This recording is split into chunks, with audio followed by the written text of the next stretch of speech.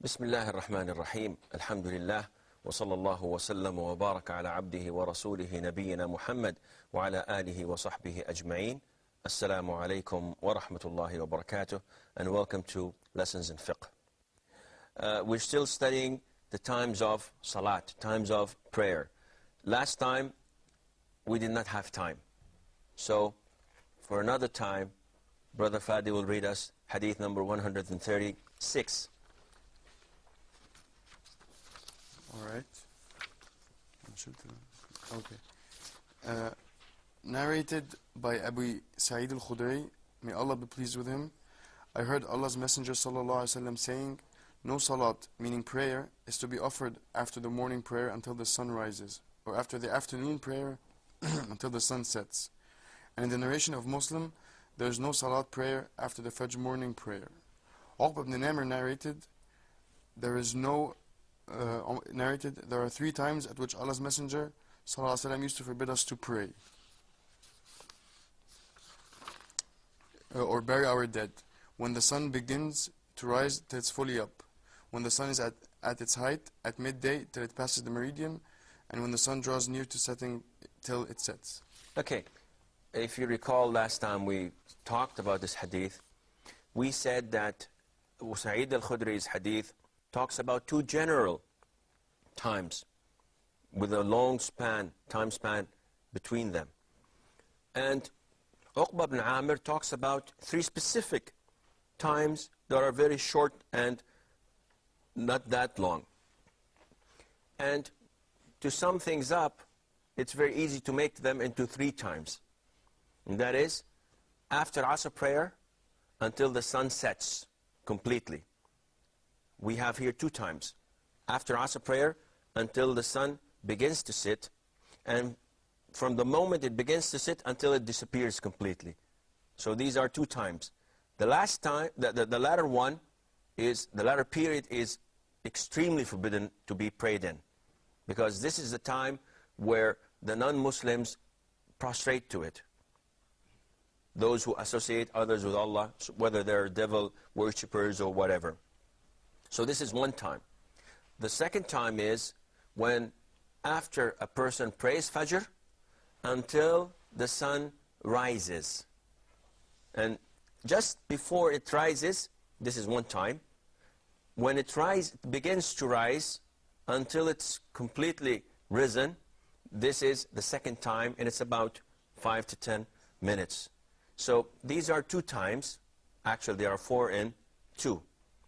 And the last one, as in Uqba ibn Amir's hadith, when the sun is exactly in the middle of the sky, which is about 5 to 10 minutes before the adhan.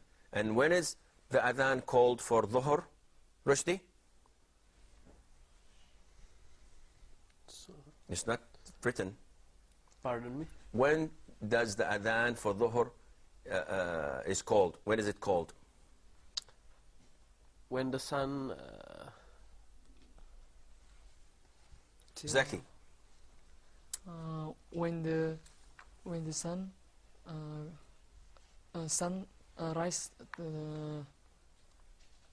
when the shadow is Yes. same with the... No. Noor? When the shadow is I say that little to meridian. Yes and no, Abu Malik. We would say when the sun is beginning to turn to west, Yes. leaving the middle point. Okay. When the sun starts to head towards the west and the object begins to have a shadow. This is called zawal. Dhuhr prayer is indicated by this short shadow. As you remember, when Fajr is called and sun rises, the shadow comes from the west towards the east, and it decreases as the sun rises. And the minute the sun is in the middle of the sky, when the object has no shadow, it's forbidden for us to pray until it's called. The dhuhr is called. Dhuhr prayer is called. And when does dhuhr prayer? The time of dhuhr prayer begins is when the sun sets to the west a bit, and the object begins to have a shadow pointing eastwards. This is the time for Dhuhr prayer. So we have 3 times, if you look at it in a general way, or we have 5 times. These times it's forbidden for us to pray.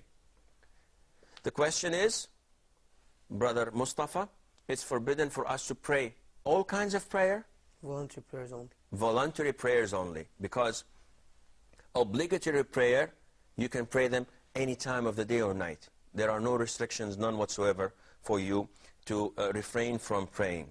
Now, we come to these hadiths. Scholars have different opinions, as usual, because some of them say, well, when it tells us not to pray, this is not because it's forbidden. No, because it's not recommended. But if you pray, then it's okay. Some scholars say this. Other scholars say, well, it's forbidden because the Prophet tells us not to do it. So some scholars say you do not pray any type of prayers at all. And this is one of the schools that does this are the Hanafi school. Also the Maliki school. And that is why if you see a person that follows the school of Malik ibn Anas, may Allah have mercy on him, you would find them coming before Maghrib prayer and sitting down immediately, without praying anything, without offering anything. And also the followers of Abu Hanifa, they would do the same thing. So others say, no, you may pray. And if you look at it, you would find that you are stuck between a rock and a hard place. Because on one hand, you have the Prophet saying, alayhi salatu wasalam, do not pray during these 5 times. And on the other hand, I come into the mosque after Asr prayer. I'd like to sit down until it's Maghrib. I would like to read Quran. I want to sit down, but I remember that the Prophet ﷺ said that whoever enters a mosque must not sit down until he prays 2 rak'ah. So what do I do? Again, we have a conflict that appears to be conflict in here between 2 hadiths. And if you recall, we have set 4 stages, 4 steps for us to follow whenever there is a dispute or a conflict between 2 hadiths. 1, we join. If we cannot, we look for a hadith or the one that abrogated the other. Nasakh. If we cannot, we try to determine which one is stronger or more authentic. If we cannot, we just wait until another scholar comes in and Allah Azza wa Jal gave him knowledge. Saki, you have a question? Yes, I have some story that I got in my home. Someone pray Asr prayer, and then after praying, he pray again 2 rak'at, and then after praying, I asked him, "What kind of prayer you do after that? After a moment, he said to me, "I pray 2 rak'at to my brother who has died." It is include to the sunnah prayer, or maybe. Well, what this gentleman did was wrong in 2 ways. 1, he offered voluntary prayer after Asr, and this is not permissible. The Prophet ﷺ said it's forbidden. 2, he offered a prayer to a dead person. And scholars say that no one can offer prayer on behalf of a dead person. Of course, not even on behalf of a living person. Because prayer is an individual form of worship. It's different than paying charity, sadaqah. And it's different than performing umrah or hajj. Because you can do this. You can give your hajj to someone else. So if I have a grandfather that is dead, I would say, okay, this year's hajj for my grandfather. And before I set off for hajj, I say, labbaik Allahumma hajjan an my grandfather. This hajj is for my grandfather. But prayer cannot be, there's no transaction in prayer, or you cannot draft a prayer and give it to someone else. This is not acceptable. So he did 2 mistakes, 1 and 2. Coming back to our hadith, coming back to our dilemma, this guy who came into the mosque and does not know what to do, what do you guys think? Should he sit down without praying? And then he would have not followed the second hadith of the Prophet ﷺ, or should he pray and then he would have prayed in the time of nahi, the time where he was not supposed to pray, as mentioned in the 5 times. What do you think? Mustafa? I think you should not pray. He should not pray because the Prophet says that these are times of nahi. Yes. And should he sit down? Yes. Okay. Rushdie? I think I have the same opinion with Brother Mustafa. It's That he better should not left pray. the salah because it's the time is for a bit. I mean, Okay. Abu Malik? Well, I assume he should pray because this, the other hadith, you know, these are talking about certain prayers. This takes this prayer out of these ones, you know. How do you say it? So you're trying to join both hadiths instead of neglecting one Exactly. of them. Brother Zaki? Yes, I think he could pray. He could or he should He should pray. pray. So we have 2 ye's and 2 knees. Okay, we're looking for elbows now. Fadi? I think this is an exception. When he entered the mosque, he's not allowed to sit. Therefore, he should pray, and this is like a type of obligation to not praying. Not obligation, Or just type like of an exception. specializing a general thing. Noor? Exactly. I think you should pray. You think you should pray. What school are you following? Shafi? Yes. Like all Indonesians, you are all Shafi school. And this is an issue of dispute among scholars. And each one has his own chunk of evidence which is authentic, which is considered to be authentic and correct. It depends how you look at it. And the first thing that we should put in mind is that always allow those who differ with you in opinion to have room of thinking. So it's not always that what I think is the ultimate and it's the best and what you think is wrong. There has to be common ground. I see it this way and I have the evidence that backs it up. You see it differently and you have the evidence that backs it up. We're all doing the right thing, so there's no need for us to fight over it, especially in lots of things that differences among us is possible and probable. Before going into details, I think we have a short break, so stay tuned. Assalamu alaikum wa rahmatullah and welcome back. Just before the break, we had an interesting survey regarding that if a person enters the masjid, the mosque, just after Asr prayer, and he has prayed Asr, and he would like to sit down and recite the Quran, so what would he do? Would he pray 2 rak'ah, the salute of the masjid as it's called among scholars, Tahiyyat al-Masjid, so that he can sit? Or would he sit without praying? And in both cases, he would have done something that seems to be conflicting with the hadith or the other of the Prophet ﷺ. We have split decision here, and thank God we don't have to refer to the golden goal, and we would just move on and mention what the scholars said about this issue. 1. Al-Imam al-Shafi'i, may Allah be pleased with him and have mercy on his soul, said that if you look at all the hadiths, see, this is the job of a faqih. This is the job of a scholar that works and deals with jurisprudence. He should look into all evidence, not only to one. Because if you limit yourself to one, there are many others that have exceptions and exemptions and so on, and you would lose a lot.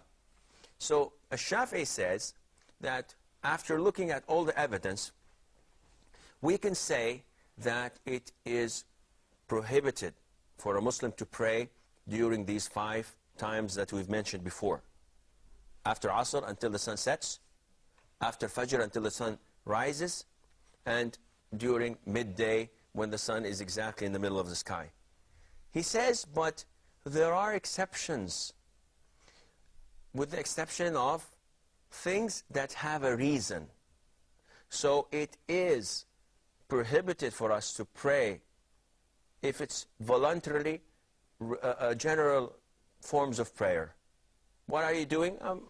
I don't have anything to do, so I'm just going to pray. No, sit down. It's forbidden. It's the time now. It's forbidden for you to pray. And there's another different form of prayers, and that is the prayers that have a reason behind them. And he called it dhawatul asbab, the prayers with a reason. For example, we prayed Asr. And just as we prayed Asr and we finished praying, they brought a funeral. And we have to pray the prayer of the funeral, of the dead. So one says, Asr prayer. We can't pray until the sun sets.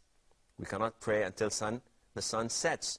So what do you think? Leave the guy lying there for 3-4 hours and not pray? Or shall we pray? The answer is, we should pray.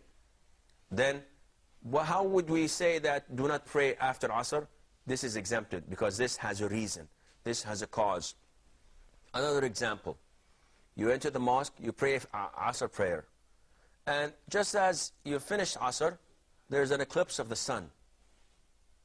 And I don't know if it's possible to have the sun eclipse after Asr, but you have to ask those that deal with the stars. Let's assume. So what do? We pray the prayer of eclipse. Why? Because it's just a time for it. It's being called for. And likewise, if I'm going to engage, I'm going to propose to a woman after Asr prayer, the sunnah is to make istikhara. Istikhara is a prayer with supplication, requesting Allah Azza wa Jal to choose for you and to support you if it's good for you and to distract you away from it if it's bad for you. So I have to propose. I hope my wife is not watching again. I'm going to propose after Asr prayer. But I did not perform istikhara. And my meeting with them is at 5 o'clock. So should I go without making istikhara and then find myself in real bad trouble because I didn't seek Allah's support? Or should I pray? Scholars say, go ahead and pray. Because this has a legitimate reason. It's not voluntary prayer. It's not something preferred prayer you're doing, you're just offering without any reason. And this is the choice of Shaykh al-Islam Ibn Taymiyyah, the choice of Shaykh Abdul Aziz bin Baz, Shaykh Muhammad ibn Salih al-Uthaymeen, and all the authentic and strong scholars, knowledgeable scholars of Islam. They say that this way we combine all evidence together without neglecting this one or that one. It's all combined and it's all joined in one category. Brother Mustafa, you have a question. So that will exclude, for example, if I missed the Sunnah of Fajr, can I pray it after Fajr directly? Or do I have to wait? This is different because there's a hadith that states it's okay. So we don't have to, imagine things. There's a hadith. The Prophet ﷺ finished one day, he finished Fajr prayer, and then saw one of his companions praying next to a pillar, praying 2 rak'ah. So he came and stood beside him and said angrily, while the guy was praying, is Fajr 4 rak'ah? Is Fajr 4 rak'ah? And he kept on repeating it. The guy finished the prayer quickly and said, "Oh Prophet of Allah, I ask Allah for forgiveness. I left my house without praying the Sunnah. And I came into the masjid while you were praying in the congregation. So I joined you. And immediately after you finished, I came to pray the 2 rak'ah of Sunnah that I was supposed to pray before. But I couldn't. I was late." So the Prophet ﷺ did not say a word. And this is one type of Sunnah. There are 4 types of Sunnah. Let's try and brainstorm it. The first type of Sunnah. Who knows it? Saying by words? Words. If the Prophet says something, this is Sunnah. The second type of Sunnah. Action? By action. By action. So if the Prophet does something, this is Sunnah because he did it, so we do it afterwards. third form of sunnah. Statement. Statement. Statement was already mentioned. First type, which is words. Sunnah sukutiyya. Character. If he refuses to answer, Approvals. approval. So in this case here, the companion said something and the Prophet did not say anything, which meant that he approved it. Otherwise, the Prophet would have said, no, don't do it again. So by not saying anything, this becomes a sunnah approval. And the fourth and last sunnah is the sunnah. Is what the Sahaba said something is from Sunnah. Well, this is again either considered by deeds or approvals. Because, for example, hadith, Jabir ibn Abdullah, kunna na'zil. We used to, well, I don't want to translate this. They used to do something at the time of the Prophet ﷺ while the Quran was revealed. And the Prophet did not deny them from doing it, so this is an approval. No, the fourth type of sunnah is the description of the Prophet ﷺ. So when one of the companions say that the Prophet was this high, he was this big, his eyes were this form, his fingers were this or that, he used to wear this and that, this is called sunnah wasfiyya, describing the Prophet ﷺ. Coming back again, you have to catch up with me because so many times I talk and I forget what brought me to this issue.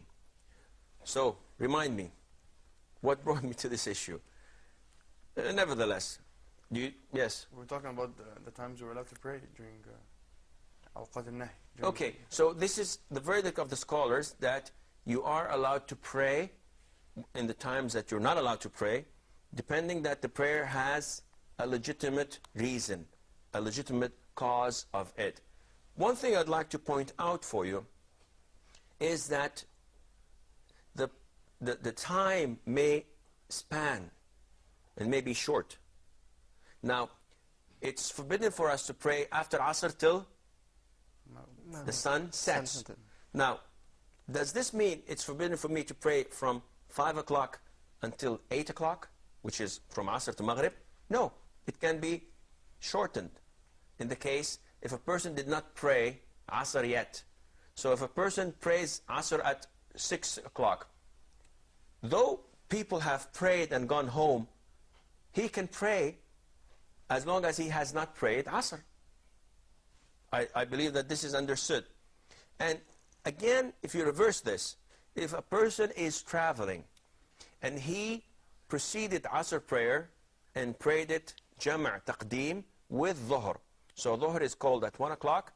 He prayed 4 rak'ah of Dhuhr and he prayed 4 rak'ah of Asr. Or, because he's traveling, he prayed 2 and 2. So he prayed 2 rak'ah of Dhuhr, then he prayed 2 rak'ah of Asr. And the time is still 1 o'clock. And the call for Asr has not been called yet. So if the guy came to the mosque at 2 o'clock and said, well, let me pray nafil, I just want to pray voluntary prayer, is this allowed? It's 2 o'clock. The call for Asr has not been called yet. Yes. Is this allowed for him? In travel? In traveling? No, he went into the mosque now. Now he prayed Dhuhr and Asr. 2 rak'ah, 2 rak'ah. And at 2 o'clock, he went to a mosque while he was traveling, and he thought that might as well sit and rest for about half an hour and pray sunnah, voluntary prayer, for about half an hour, then continue to travel. Is it permissible for him to pray? Yes. Yes. Rushdie? Me? Rushdie? I think Yes or no? yes. Zaki? Yes. Noor? Yes. Fadi? No. Mustafa? Well, we got 4 opposing 2, and unfortunately 2 leads the way. He is not allowed to pray. Now, if you look again at the hadith we've studied, the Prophet says that it's forbidden for you to pray after Asr until the sun sets. You, as a traveler, did you pray Asr? Yes. You prayed Asr, but you prayed it at 1 o'clock because you have the option to precede the prayer. So now it is for you forbidden to pray, voluntary prayer. Though the call for Asr has not been called, because for you individually, the Prophet tells you that it is not permissible for you to pray until the sun sets. So as I said, it is individual basis, can be quite long, and also on individual basis can be quite short, depending. If you did not pray Asr, you can do this. We have like 55 seconds. Okay. What if someone, for any reason, forgot the Fajr prayer? In the same case, forgot the Sunnah of the Fajr prayer. And the Prophet, he never left the Sunnah of the Fajr when he was traveling. And he came in this time between Dhuhr and Asr. Can he enter the mosque and pray the Sunnah of the Fajr that he had left earlier before he left the country or his town? In this case, there's a hadith narrated by Salama where the Prophet ﷺ used to pray 2 rak'ahs of Sunnat al-Dhuhr after Asr. So she asked him, now you said that we should not pray. How come you praying? He said, well, I was engaged with some delegation that came to visit me and I could not make it. I could not pray the Sunnah, so he prayed it. So she asked, can we pray it? The Prophet said, no, you cannot. So this answers your question. You have to delay it afterwards. I'm afraid that this is all the time we have for today's program. I think there are a few issues here and there. We inshallah be able to continue it when we meet next time. Until then, fi amanillah. Wassalamu alaikum wa rahmatullahi wa barakatuh.